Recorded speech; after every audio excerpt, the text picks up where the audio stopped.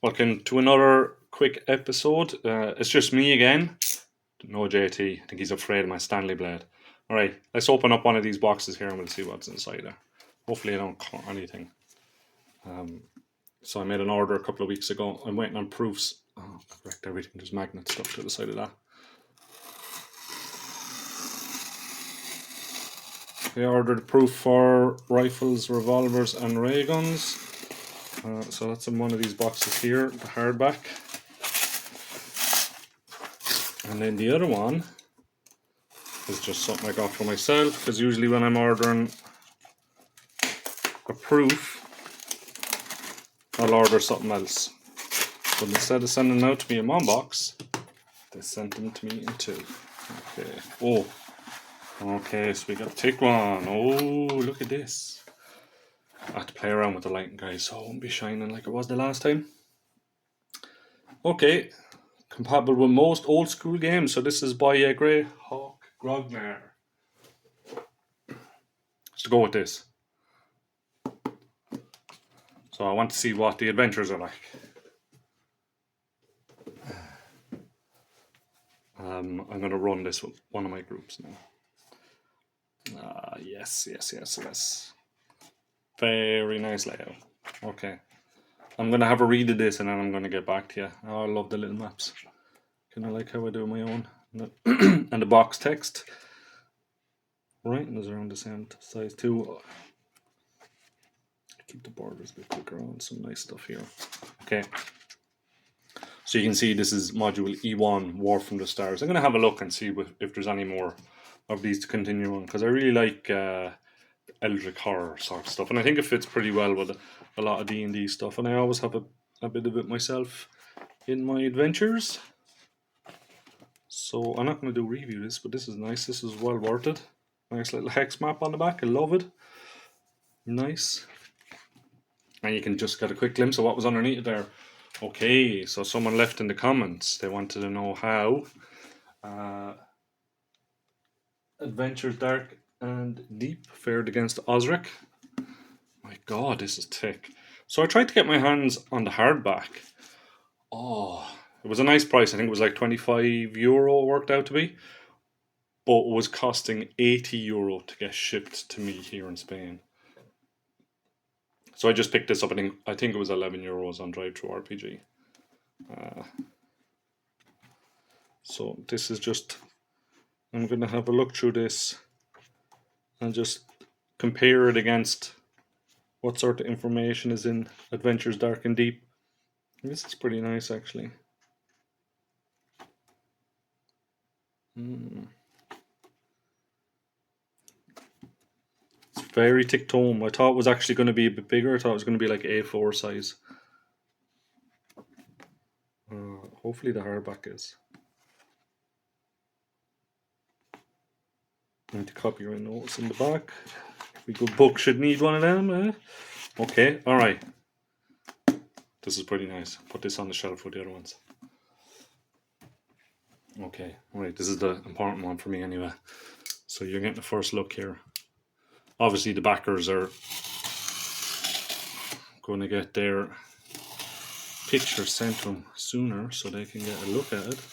And then I can okay it for them to order it, or for them to get their prints. Oh, just terrified now, you know, you open one up and then you can't open the second one. You end up wrecking everything. It'd be nice if there was an easier way of opening these guys. So like, if anyone's watching for Drive-Thru-RPG, maybe like just come up with a better way of this. Okay. Oh, my heart is starting to race here. Oh.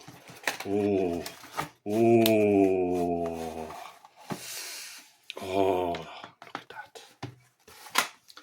Very nice looking. Very nice looking. Okay, so I went for the standard color on this. I'll have to get a proper look at this now in proper lighting. This thing here beside me, it's grand for the camera, but for me it's a little bit off. Okay, it's very tight.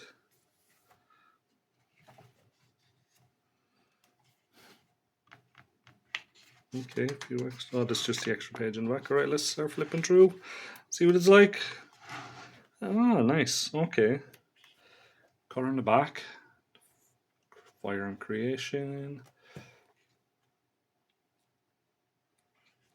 Misfire chances. Equipment lists.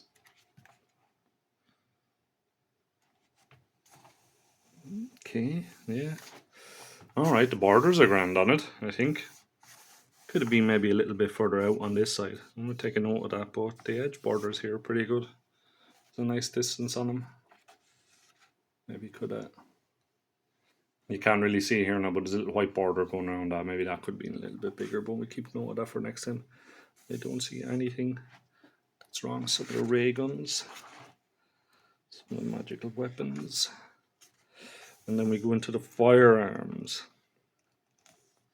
So you can see at the end then, you know, these are percussion guns. So you have your era, your rate of fire, your distances. With E being extreme, which is taken from boot hill. So this is the maximum distance a bullet will travel, but it won't actually do any damage. It'll more likely bounce off people. It's just to see, like, you know, where a bullet might land. Or sometimes it's called for with a DM, like, you know, you might be using it as a signal. Right, the amount of rounds in it, the gun, sizes, weight, type. Obviously, they're all piercing. Your speed down for your initiative, if that's something you use. I don't myself, but I know other people do. And then your damage. So you might notice that a lot of these fires are a lot different. These are percussion, so they're a lot quicker. Okay, you got your pistols. So your revolvers. Rifles, wall guns. These are flintlock guns. So flintlock all from the 16th to the 19th century, but yeah, okay. More pistols, more repeaters and revolvers. There's a difference between the two.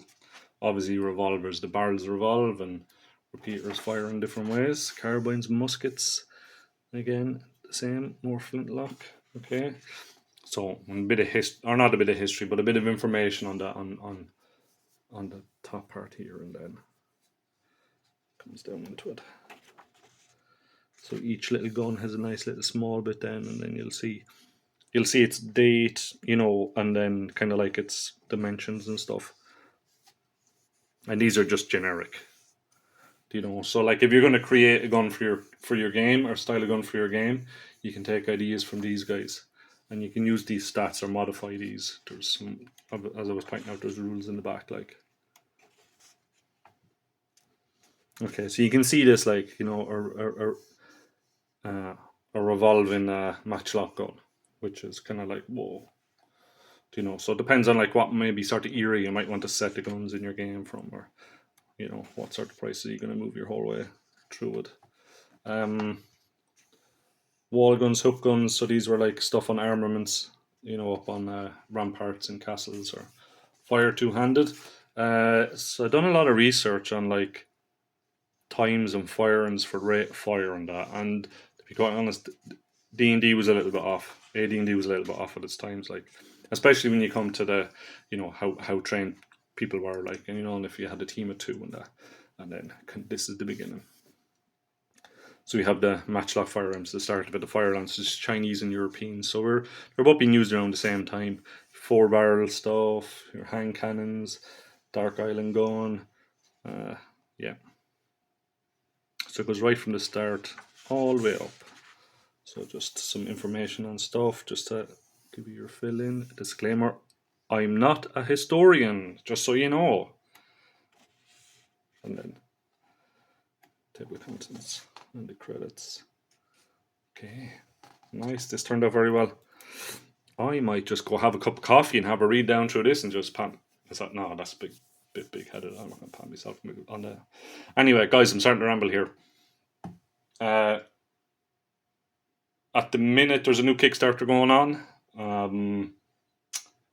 Tears of Utu, Knights of the Fifth Dimension. It's going to have some Eldritch horror stuff in it.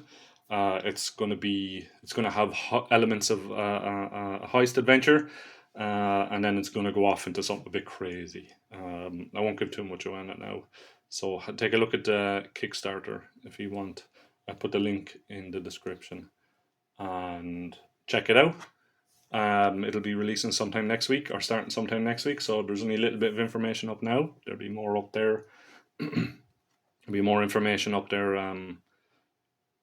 when it goes live, and then the one that's just wrapping up now, or that's wrapped up, Lighthouse at the Edge. That's just being prepared now to get ready for print. So everything should be ready then for the end of next month, like it's on the Kickstarter to go to backers. And I'll be sending out. Oh yeah, totally forgot about that. I'll be sending out a return backer codes soon enough as well. So if you're a return backer, or if you're thinking of backing, I send out return backer codes, so you'll get the next one cheaper. You'll get a couple of dollars or a couple of euros off it.